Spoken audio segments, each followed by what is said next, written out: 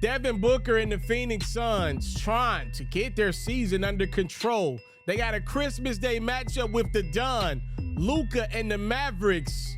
Walking your trap and take over your trap. The Don was in his bag on Christmas Day like Santa. Come on, y'all don't be giving me no credit. Luka deserves all the credit in the world himself. Doncic lighting up the Suns on Christmas. That three-pointer puts Luka over the 10,000 point total. That's hard. That is a sick way to go over 10K. Luka feeling it against Phoenix. Trust and believe this was what it was. The Don extending the Dallas lead single-handedly to double digits. Luka Doncic putting on a show, and he got some help. He finds Derrick Jones Jr. on a beautiful lob. And then even when Luka misses in this one, good things happen because Derrick Jones is crashing the board. How about 23 points for Jones?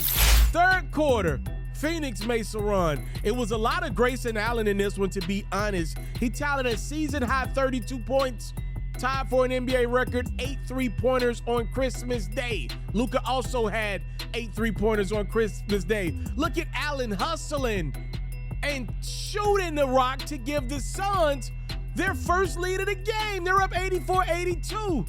For the first time in this highlight, I mentioned Kevin Durant. That's probably not a good sign. As he attacks the rim, there's some extra action going on. Devin Booker and Grant Williams get tied up. I know Grant's new to the Mavs squad, but as you know, there is no love lost between the Suns and Mavs over their recent playoff history. These two teams do not like each other. It's a lot of nothing. Give them double technical fouls. Let's keep playing basketball. And Grayson Allen did just that. He scores once again. Durant, just 4 of 11 from the field. A quiet night for Durant. He had 16 points. Also, some pretty dismissive body language from KD in his basketball game. A lot of people talking about that. You want to know who had some great body language?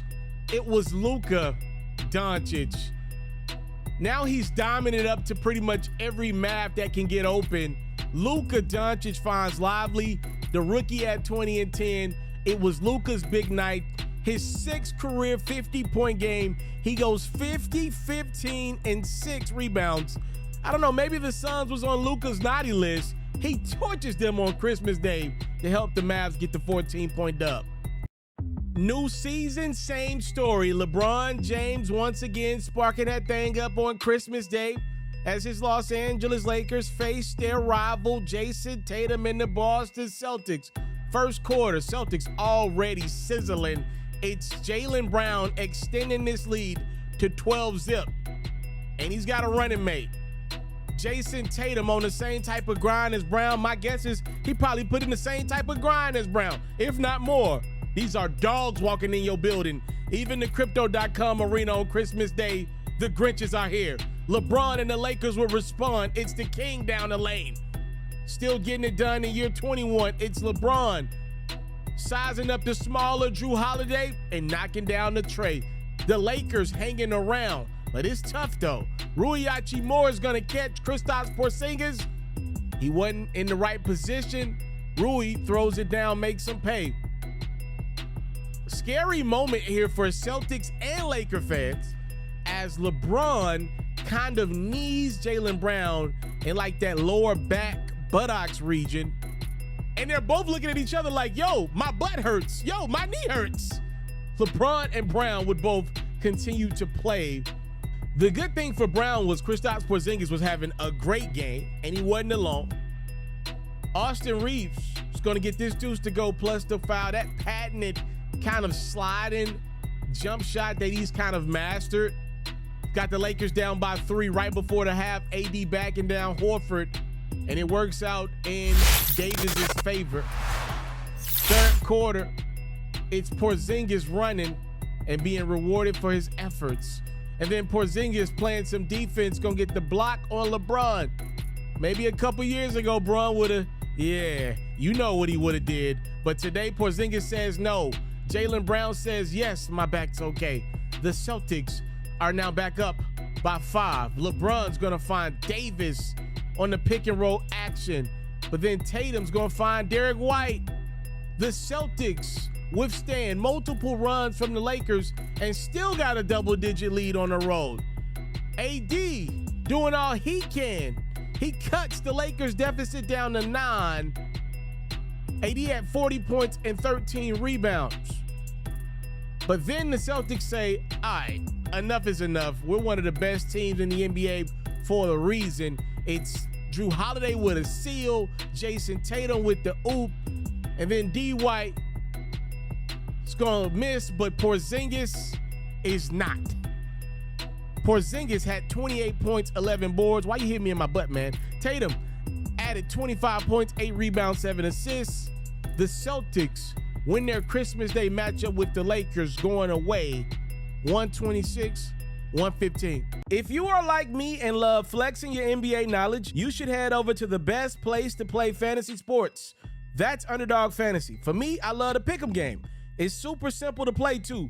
All you got to do is go to the Underdog Fantasy website or app, pick whether a player will have a higher or lower stat line for that game, get all your picks right, and you can win up to 20 times your money. And when you sign up, if you use my code FERRO, your deposit will get doubled.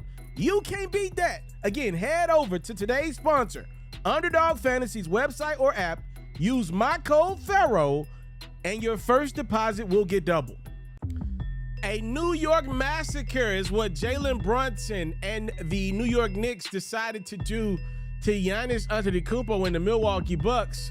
It didn't start that way, though. Look at Giannis bobbing and weaving in the first quarter for the deuce. On the other end, Dante DiVincenzo, no. RJ Barrett on the glass, yes. Knicks out in front by 5. Look at the crossover, the hesitation from Brunson, the score. And then JB back at it again. Left-handed going right. It's Brunson extending the lead to 10.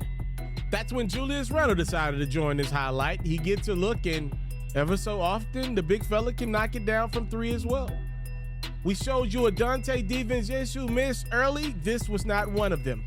The Bucks could really use a response. Dame Dollar's gonna give them one. He nails the top of the key 3. Not to be outdone by the gentleman that's point guard for the Knicks. This is the anything you can do, I can do better. I can do anything better than you. No, you can't. Yes, I can. No, you can't. Yes, I can. Portion of the show as Randle and Brunson nails 3s. Third quarter, it's Brunson this time inside to Isaiah Hartenstein, and then Brunson on his grind again. Jalen Brunson helping the Knicks extend their lead to 13 once again. Do the Bucks have a response? As long as they got that dude, yes, they do. It's Giannis Antetokounmpo. He had a game, 32 points, 13 rebounds, 6 assists, but his Bucks are still down by a decent amount. Dame put up some buckets as well. He also had 32 points, but it's the Bucks trailing by 8 when Randle quickly, Brunson and company decide to say enough is enough. How about Emmanuel with a couple of tray balls? Quickly had 20 points. Randle had 24 points. RJ Barrett added 21 points. And obviously, we cannot forget about the man of the hour. It's Brunson fading on Dame. And just like Brunson, the Knicks fade away from the Bucks behind JB's 38 points. Your final, 129-122. It's Christmas Day, but the Stars are away. No Jimmy Butler for Miami. No Joel Embiid for Philadelphia. It's still Heat, Sixers getting it on. Tobias Harris is there. So is Tyrese Maxey. He drops it off to Harris, who nails the 3. Tobias had 27. Shout out my Vol for life. He had to deal with Miami's new rookie sensation, Jaime Jaquez Jr. Miami got another one. We know the Heat have been interested in adding a star guard. What if the Stars already on their roster? Bams a part of that puzzle. He nails the deuce. And then Tyler Herro's like, don't forget about me. I can knock it down for 3. The Heat are up double digits. Mo Bamba changes just that. He nails a 3. Mo call. I think that's done now. I think we should stop doing that. I think Mo's tired of hearing that song associated with his name. Herro nails another 3. Tyler had 22 points. Third quarter, Jaquez Jr. nails another 3. What if I told you this year the clear 2 best rookies have been Wemby and Holmgren, but number 3 on the list is probably Jaquez Jr. Sixers down 7. Maxey takes off and scores the easy one. And then Kelly Oubre grinding for the deuce. Kelly had 25.7 rebounds. He knocked in 6 3-pointers not shown in this highlight though. It's Harris again attacking that Miami defense that's missing their star Butler on that end of the court specifically. Bam's like, I don't care. I'ma still get mine. Out of Bayou. And Jaquez Jr. getting it done. Jaquez had 31 points, 10 rebounds. Bam had 26 points and 15 rebounds. Miami's now out in front. It's Oubre, one of those 3s that I mentioned wouldn't be in the highlight. Oh, man. 105-101. The Heat are up. It's Duncan Robinson. Not once, but the game's so nice, he probably should do it twice. Miami takes the 9-point lead. And guess what, ladies and gentlemen? They're not going to lose this one because Adebayo said they wouldn't. It's Bam inside, posting up the Sixers, who clearly missed their star on the defensive end of the court. No Embiid deems to be a problem for Philly. They lose to Miami by 6. Steph Curry and the Golden State Warriors get the distinguished honor of the primetime spot on Christmas Day. They're in the champs building, taking on Nikola Jokic and the Nuggets. In the first quarter, the champs allowed their young stud Michael Porter Jr. to cook on both ends of the court too. How about MPJ with the cut and dunk, and then MPJ with the defense on Tracy Jackson? That leads to a wide open Kentavious Caldwell-Pope. Don't mind if I do 3. MPJ's not done though. He lines up a 3 and nails it as well. Just like that, the Nuggets take the early 4-point lead. Other end is Mr. State Farm, showing you how insured your life can be if you can shoot a basketball really well. Game so nice, CP3 decides to shoot the 3-ball twice. Warriors take the 2-point lead. The Nuggets though, they got more than just MPJ. As you may know, this dude, Jamal Murray, can cock that thing too. He was an efficient 10 of 18 from the field. Steph Curry, not so much. He nails the 3 there though, but Curry really struggled in this one. For his 18 points, it took him 21 shots. Only made 7 of them. Murray, it's like, if you're gonna just miss shots, I'm gonna make shots. The Nuggets take the lead in the third, and then more defense leading the offense. First, it's MPJ. This is a part of his 19-point, 10-rebound effort to block and score. And then KCP on the same type of time. My guess is he probably put in the same type of grind as MPJ. Kentavious Caldwell-Pope had 16 points. Nuggets now cooking. It's Murray on that baseline. This all a part of his 28-point night, the emphatic dunk to lead Denver. In the scoring department, the Warriors could really use a bucket down 3, and Andrew Wiggins is going to deliver. Despite other guys struggling, Wiggins did not struggle in this one. He had 22 points. Warriors are back out in front by 1. Gotta be honest with you, a lot of this second half was about Jokic and free throws. He made 14 of 14 free throws. He was very aggressive in the second half as the Nuggets regained the lead. You see Curry with his complaints after the score. 3-point game, 2:30 to go. Guess who? It's Murray. Again, nailing the clutch 3-pointer. Denver doubles their lead.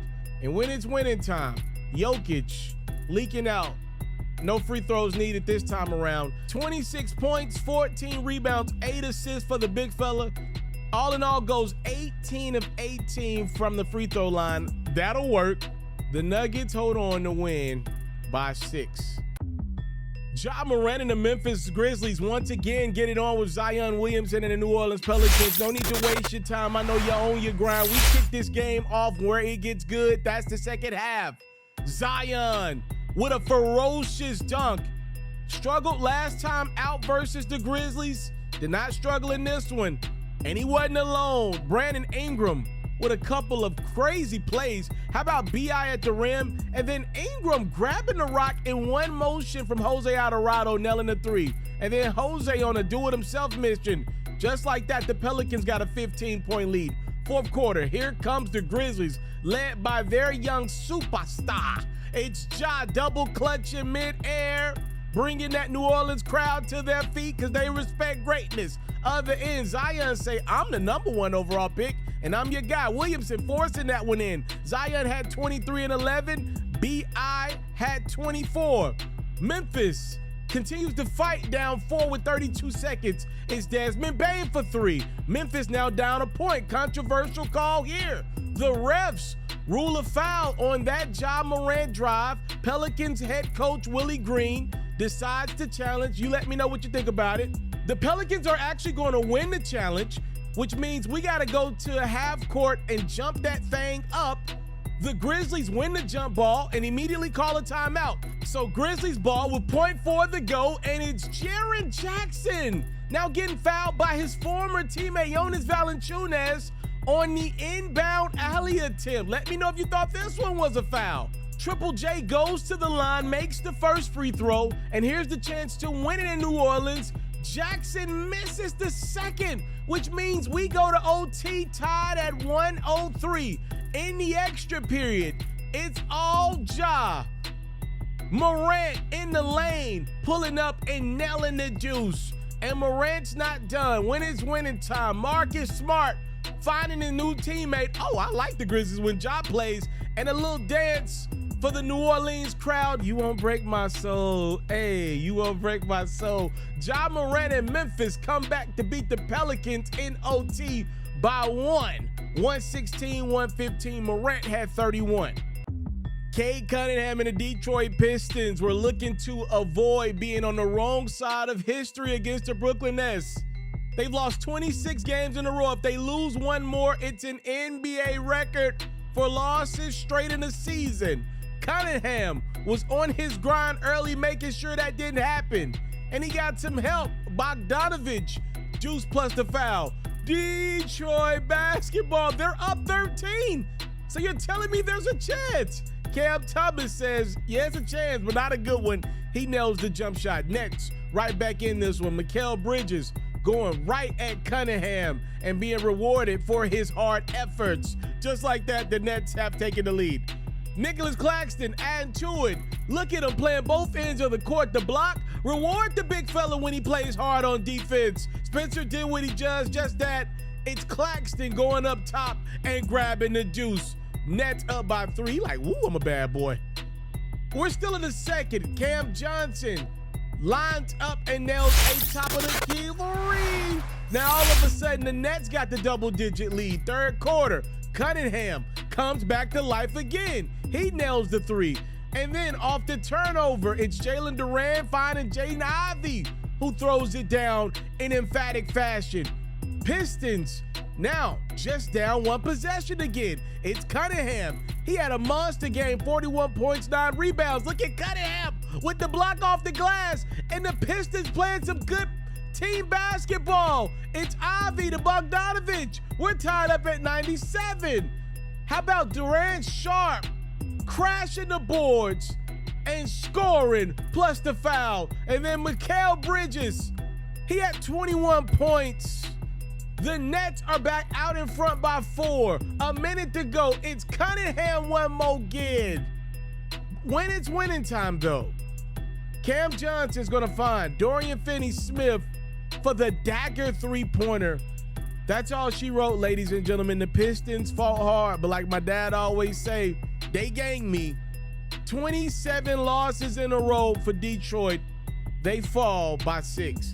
Welcome to another episode of the FERRO podcast. Yes, we are talking the very bad Detroit Pistons, who have now notched an NBA record for losses. within one season. We'll talk about them more in a second. I do want to show some love to today's sponsor. Shout out to Underdog Fantasy. Again, tap in with Underdog Fantasy. Use the code promo. I'm going to match your deposit, the first one, up to $100, all right? Here's my picks from last night in the NBA. As you can see, your boy did pick up a couple of dubs. Use the promo code FERRO, and just like me, you can win big with Underdog Fantasy. Back to the Detroit Pistons. They lost again, and it's now 27 straight defeats in a row. It's been an awful season for Detroit. Technically, they have not lost the most games in a row ever in NBA history. Remember, the Philadelphia 76ers lost 28 games in a row, but it was between two seasons. The Pistons have now lost 27 straight games in one season. They've been bad this season. 27 already, and we ain't even hit the new year yet, is abysmal. I think if you're a Pistons fan, either you can look at this glass half empty or glass half full.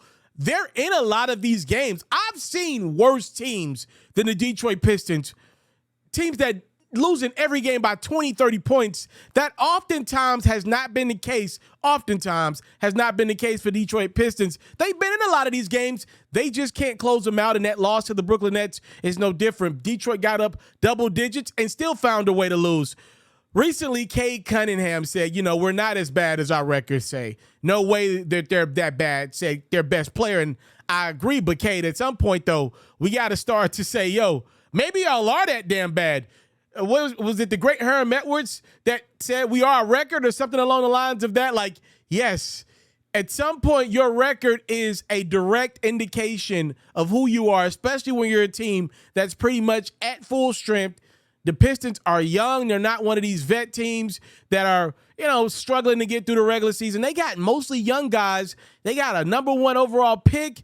This should be a team better than that, right? And I'm looking at Cade Cunningham. Some people are giving him a chunk of the blame. If you're really that guy, how do you allow your team to be this bad? Some people are giving the blame to Monty Williams. Monty was successful in his previous tenures, with the Pelicans, the Suns, not so great here in Detroit. Got one of the fattest contracts in NBA history for a coach. $72 million is what Monty's going to make. A lot of people look at him as somebody that's just waiting on a day that he is let go so he can collect them paychecks from somebody hotter than Detroit with his family. Some people giving the blame to Jaden Ivey, as he has not been a lottery pick this year. Asur Thompson, the guy that they get drafted last year, has shown some signs, but obviously has not been great enough to help them win games. I'm looking at some bigs like Jalen Durant that I like a lot from Memphis. James Wiseman played at the University of Memphis. Y'all know that's my hometown. He has not been good at all. He continues to struggle to find his way throughout the NBA. Isaiah Stewart's a guy that can bang and go hard out there. I'm looking at this Pistons squad with a lot of talent and coaches that have done stuff in the past. But if I'm being honest with you, Dwayne Casey's got a strong case to say, y'all should have never let me go. I wouldn't be no damn 27 straight games in a row bad. Y'all let me know who is most to blame in Detroit for their abysmal, awful, well on their way to historic run that they're on of losses right now. Jones somehow not called for the travel. Doncic, deep three, got it. And Luka Doncic hits 10K faster than any player that is still active in the NBA. The Phoenix Suns fell to the Dallas Mavericks on Christmas Day behind a 50 ball from old St. Luka. It was embarrassing. Oftentimes watching Luka just single-handedly destroy the Suns again, which has become a trend in Luka's young career against Devin Booker and the Suns. Obviously Bradley Beal's down with injury, but, for all intents and purposes, if you didn't get a chance to check out that game, Grayson Allen was good enough for the Suns if they got the normal production from Durant and Booker to beat the Mavs. Grayson Allen was more than capable of knocking down 8 3-pointers. You couldn't ask more for Bradley Beal, right? Grayson Allen was playing hard. That was enough to be the Suns' number 3 against the Mavs in that contest. And it also doesn't help that Luka is getting it done without his number 2 in Kyrie Irving.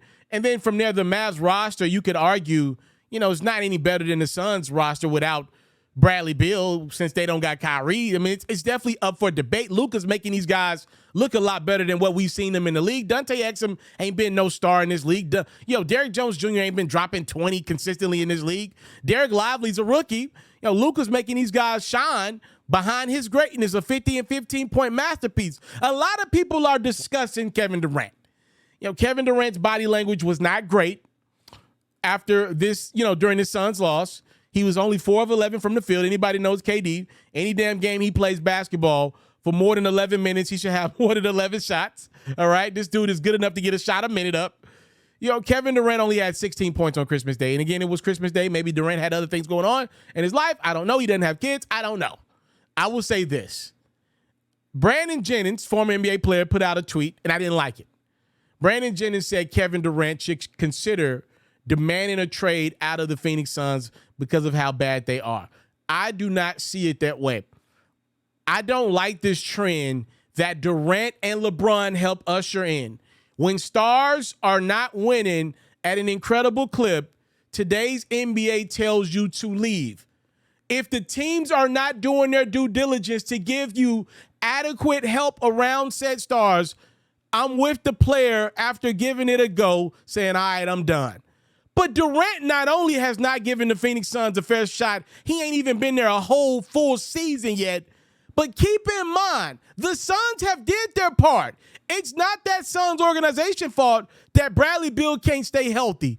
And even then, Durant still has Devin Booker. So no, I am not with this notion that Durant should now once again consider moving on to another team, because he is not helping his squad win games. He's scoring, but there's more to the game than just scoring. I disagree with Brandon Jennings wholeheartedly. I mean, where the hell else KD gonna go? He had great in Golden State. He opted to leave that great organization that won year in, year out.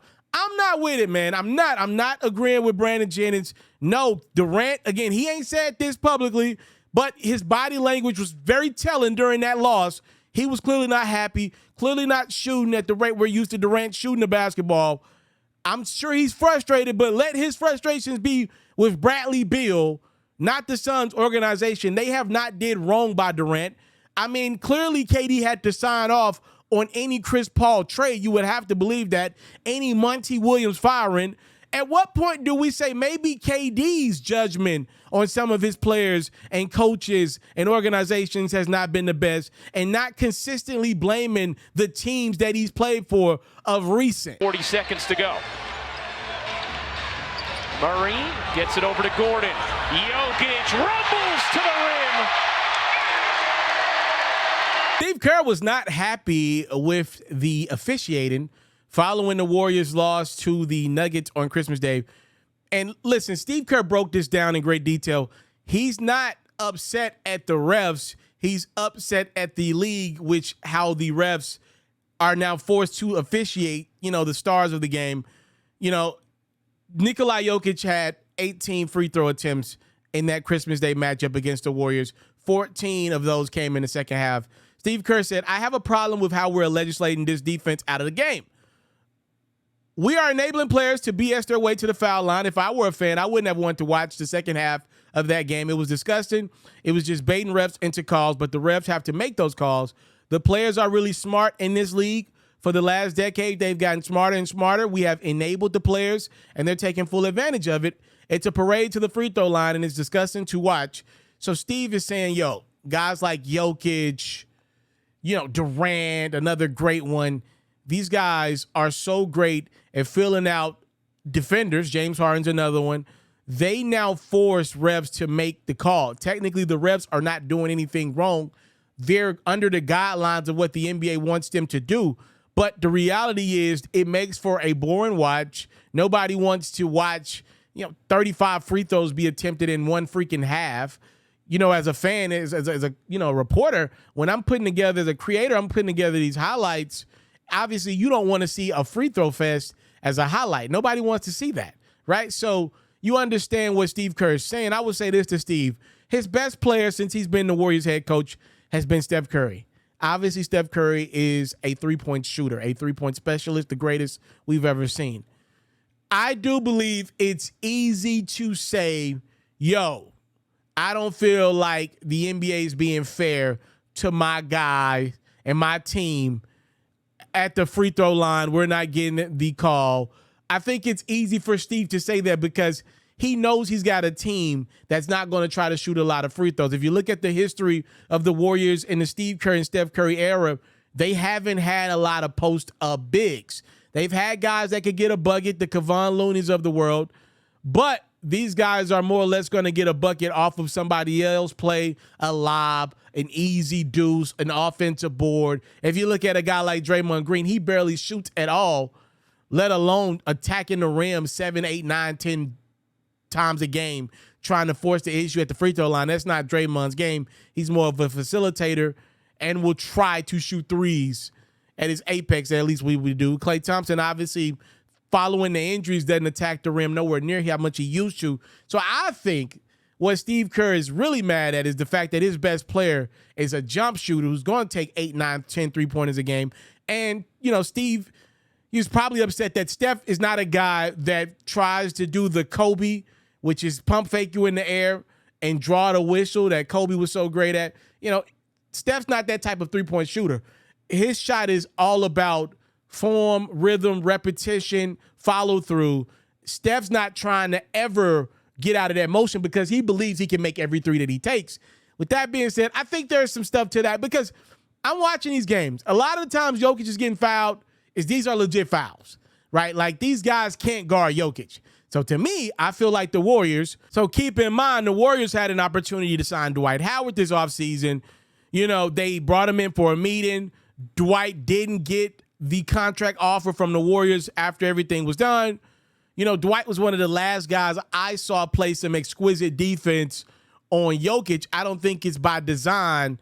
The last two guys I've seen have real success against Jokic multiple times over was Dwight Howard, who has an absolute chisel frame to this day, and Draymond Green, who seemingly has a grudge against European players, right? He's choking out European players. We've seen two guys that are very strong up top have success against Jokic in a league that does not have a lot of those guys anymore, right? I don't think Jokic would be dominating the league of yesterday trying to do this against the Ben Wallaces of the world, guys who are much more chiseled up top and a lot less skilled. Jokic is killing today's NBA because this is a much more skill-oriented product.